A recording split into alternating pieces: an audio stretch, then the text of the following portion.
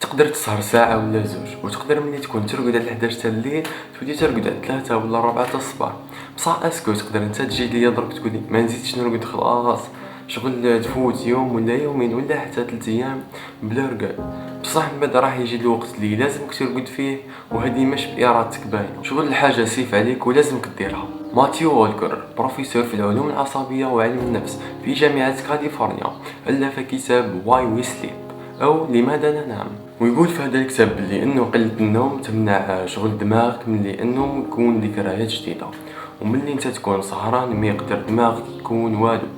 شغل نعطيك مثال، عندك محفظه تهز 4 كتب، انت تجي تزيد لها 2 كتابات، وين راح تحطهم؟ باينه ما يكفيوش.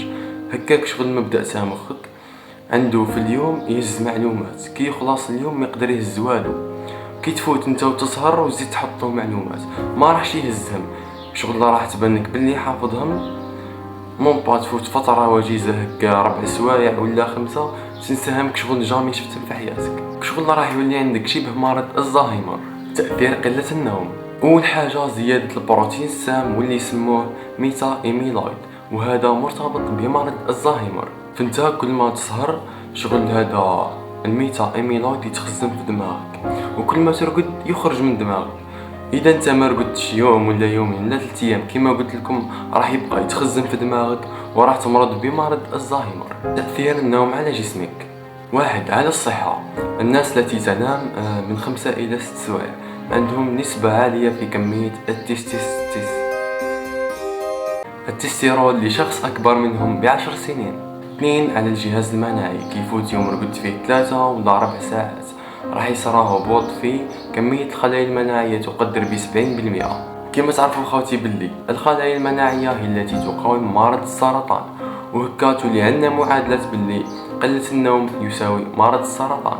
عافانا الله. من كيما ترقدش راح تزيد دقات القلب تاعك ويزيد ضغط الدم تاعك. قبل ما نخلصوا الفيديو خلونا نسقسيو هذا السؤال: قداه تبقى تقدر فاطن من الوقت بلا ما يصرالك حتى حاجه ولا اي اضرار؟ على حساب الكتاب تاعه ماتيو والكر قال تبقى تقعد فاطن 16 ساعه وتقدر ترقد 8 سوايع، فحاول الا تسهر اكثر من 16 ساعه وحاول ان لا تنام اقل من 8 ساعات. وشكرا. وهنا نكون قد وصلنا الى نهايه الفيديو. اشتركوا في القناه وشغلوا زر الجرس لكي يصلكم كل جديد. سلام.